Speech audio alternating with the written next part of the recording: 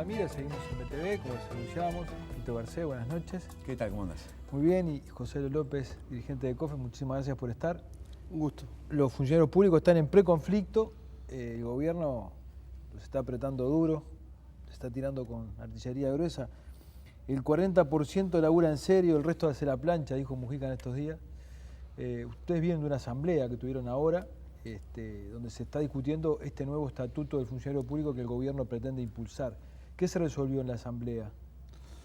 Bueno, en la asamblea estuvimos discutiendo sobre todo lo referente a la negociación que venimos desarrollando sobre el estatuto del funcionario público y en base a que el proyecto de ley del estatuto va a entrar próximamente al Parlamento, más allá de las negociaciones que venimos desarrollando con el Poder Ejecutivo, y que por otro lado en el Parlamento, en la etapa del Senado, se está culminando la rendición de cuentas, hemos definido hacer una serie de acciones y bajar a discusión de los diferentes sindicatos que componen nuestra confederación, algunas movilizaciones que se estarían desarrollando sobre los últimos días del mes que va en curso y los primeros días del mes de octubre, ¿no?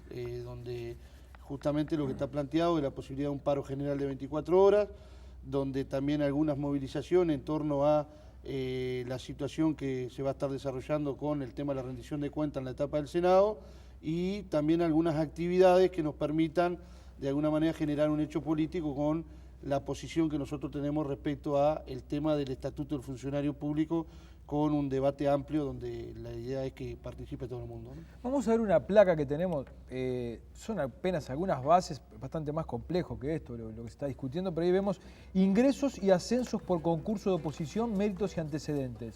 ¿Ustedes están de acuerdo con esto? Sí, totalmente. Están de acuerdo, acá no hay problema. Totalmente, quizá no estamos de acuerdo con la posición que está planteando el Poder Ejecutivo y estamos negociando en base sobre todo a lo que tiene que ver con el tema de los ascensos, porque hay una nueva carrera administrativa que se quiere implementar por parte del Poder Ejecutivo, donde todavía ese tema no ha entrado en la discusión en el ámbito de negociación, pero es lo que vamos a empezar a discutir ahora. Pero nos parece que el mecanismo del concurso de oposición y mérito es el fundamental para el ingreso como también para el ascenso, ¿no?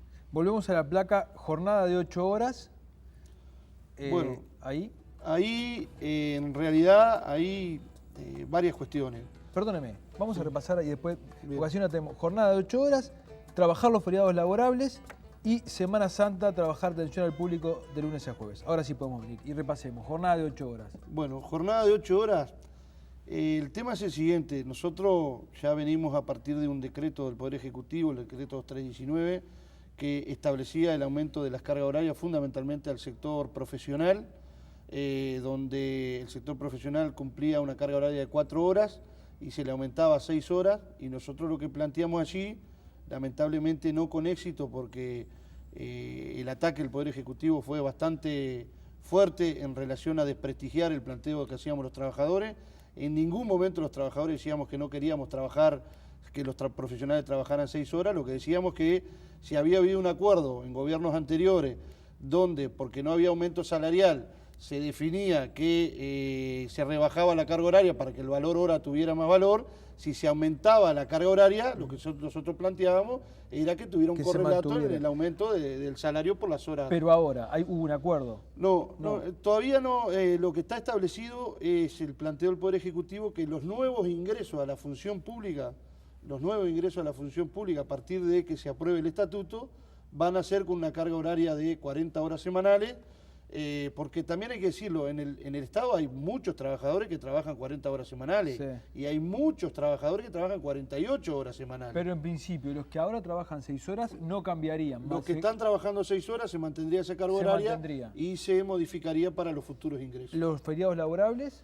Con respecto al tema de los feriados laborables, que ha sido una de las cuestiones que más se ha publicitado, en realidad no ha habido mayor inconveniente. Lo único que se ha planteado por parte de la mesa de negociación que tenemos con el Poder Ejecutivo es que en todo caso en aquellos feriados laborables que se entienda de que tiene que haber una guardia en los diferentes organismos para posible atención al público en esos días, se define una guardia de común acuerdo con la administración y se deja una guardia y no no pasa nada, se sigue como se venía trabajando. Semana Santa sería igual. Y Semana Santa sería igual, es más, en Semana Santa en realidad no está planteado así como aparece en la placa, sino que habría, diríamos, algunos días de la semana que tendrían una guardia y otros no.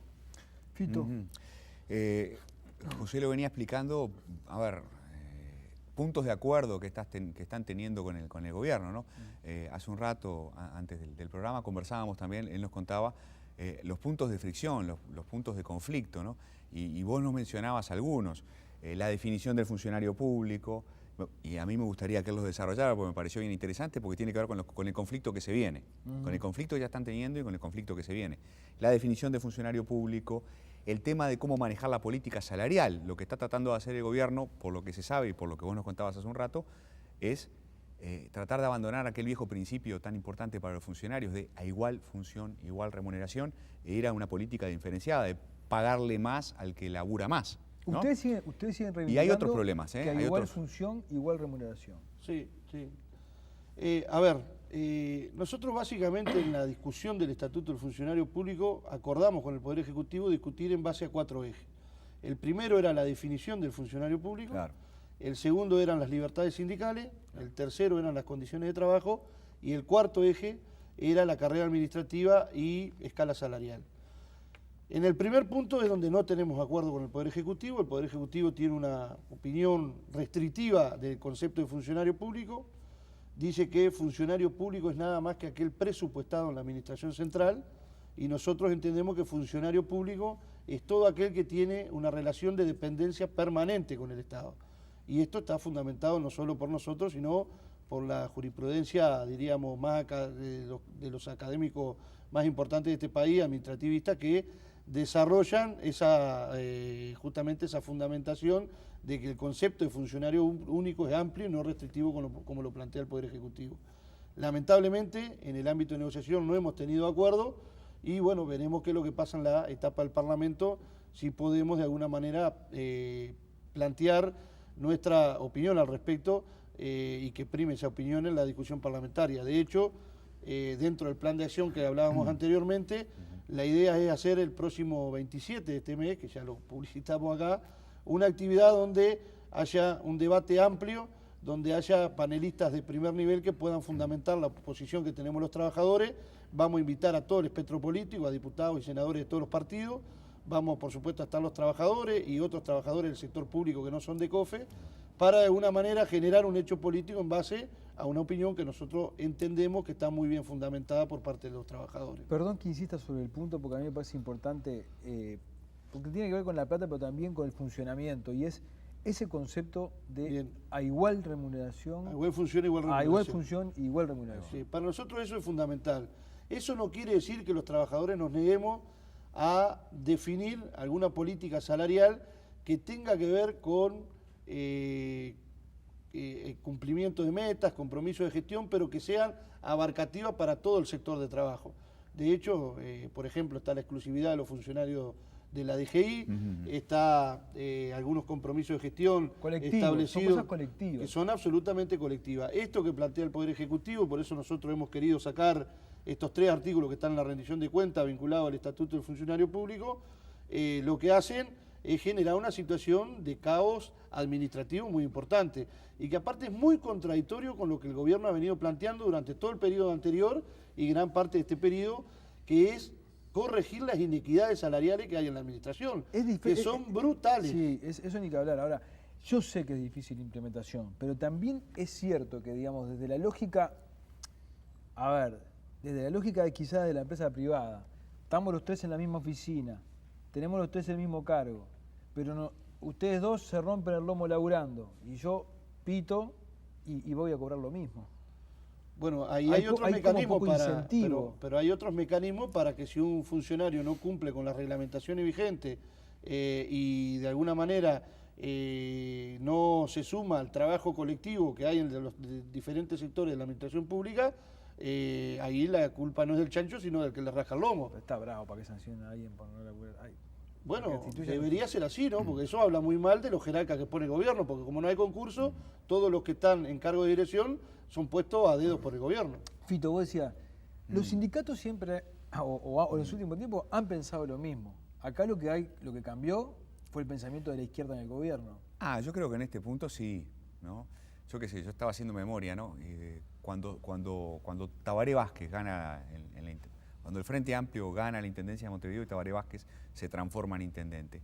La política de recursos humanos de Tabaré Vázquez fue facilitarle la vida a los empleados municipales, no apretarles las clavijas, ¿no? Acortarles el horario y tratar de tener una política que, como la que la izquierda toda la vida había dicho que tenía que tener respecto a los trabajadores, ¿no? Es decir, proteger a los trabajadores, aumentarles el salario, en fin.